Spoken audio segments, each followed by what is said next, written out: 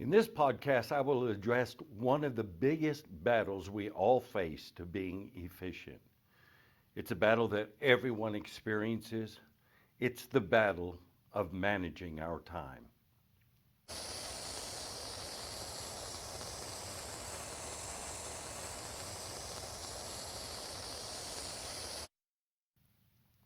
Have you ever made the statement, I wish I knew that when I was younger?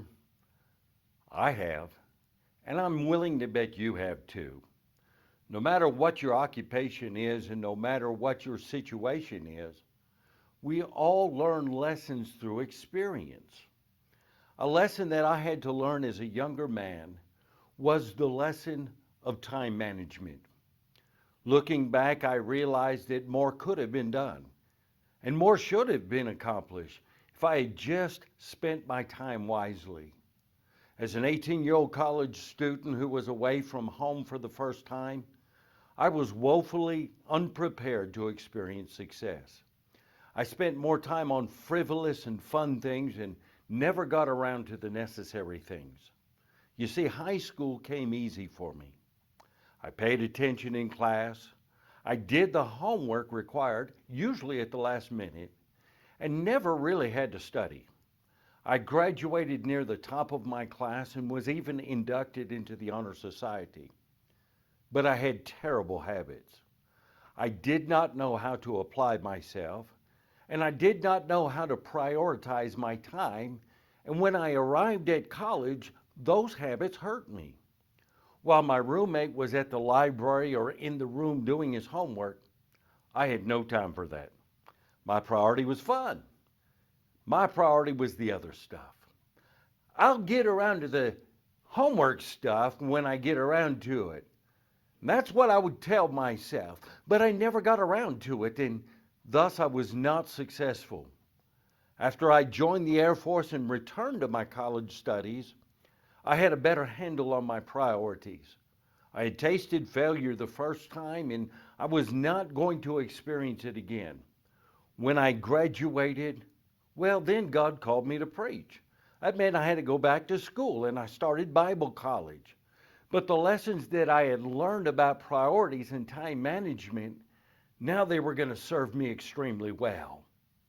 In 1996, I became the pastor at Welcome Baptist Church in Tucson, Arizona. And once again, my priorities and time management skills would be stretched and they would be put to the test. You see, my position was a bivocational one. That meant I would have to work a full-time job and pastor the church at the same time. Many pastors experience this.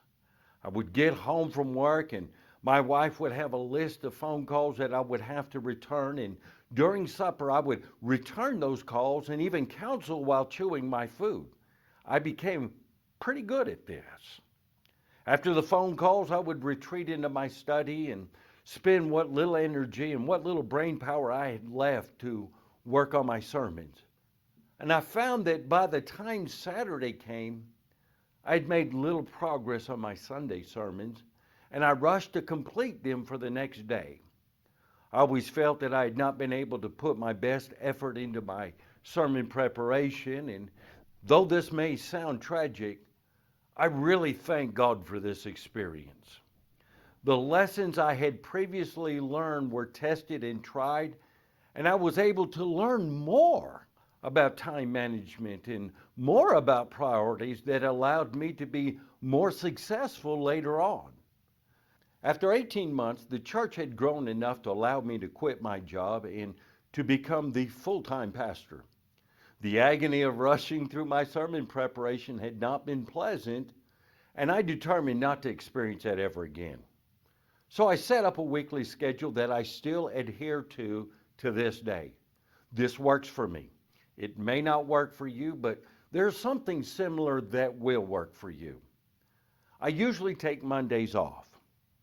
Tuesday is dedicated to preparing for the Wednesday evening service. Wednesday is for administrative work, starting preparation for Sunday, and of course, preaching that evening.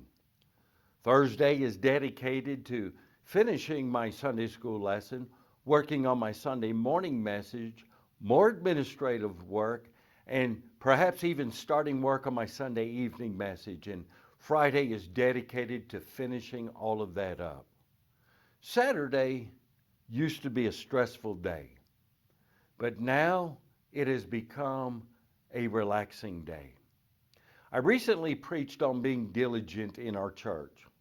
There are several verses that deal with the success of diligent people.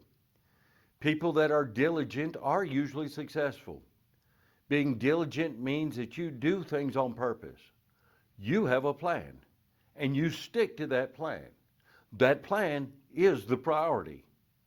However, for many Christians, and even for many preachers, there is a disconnect in this area. Maybe you have the wrong plan. Maybe you have the right plan, but your plan is not really your priority. Your priority is not what you tell yourself it is. It is revealed in the amount of time and effort you dedicate to something. I don't want you to misunderstand me. Leisure is not a sin, but leisure should not be the priority. Later, I will dedicate an entire podcast to the necessity of leisure and the necessity of taking vacation with your family, but it is never to be the priority. Preacher, think about this. God called you into the ministry on purpose. He put you where you are on purpose, and He expects us to serve Him on purpose. Christian, God saved us to serve Him and to bear fruit. Let's do that on purpose. We live in a generation where our wants and our desires have become the priority instead of making our Lord the priority. Every pastor is watching the effects of this spread like a cancer throughout his entire congregation. Worship has become something we do if there's nothing better to do. Parents are losing their children to the world because of this. Christians are becoming shipwrecked because of this. And we only have ourselves to blame. When we allow leisure to become the priority, we teach our children what that priority is, and our children follow us to Shipwreck Island. Pastor, you are witnessing this.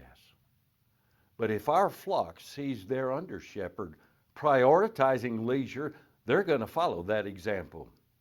We often devote too much time to leisure and do the leisure first and then try to accomplish the necessary with what little time is left.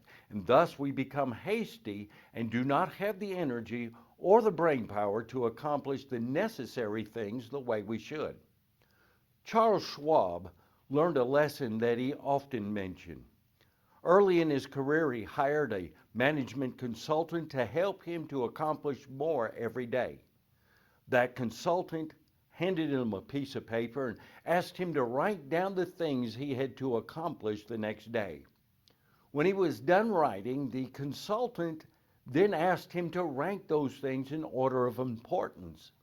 After he did that, he was told, tomorrow, work on priority number 1 and don't stop until it's done. Then work on priority number 2 and don't stop till that's done, and continue down the list that way. Schwab said this transformed his entire way of business. He was already a successful man. By this time, he was the president of Bethlehem Steel. He already knew a few things about priorities and time management, but he knew that there was more to learn and more to put into practice. Pastor, the fishing boat can wait. The golf course can wait. These things are not the priority. But even if you schedule a day for fishing, know that in advance and plan for it. If I'm going to golf on Thursday, I will work ahead on the days prior. And when I am finished golfing, I am not trying to play catch up the rest of the week. These are just some simple things to consider. And if we can practice these principles, we will find that it will make us more efficient and we will experience less stress. I don't know about you, but I'm always interested in less stress and more efficiency. I hope this has helped you, And Lord willing, we'll see you at the next podcast. If you like this, hit the like button. If there's somebody you think would enjoy that, share that with them. If you are on YouTube, go ahead and subscribe to that channel. And it really does help us as we make more videos. Until next time, God bless you and have a great week.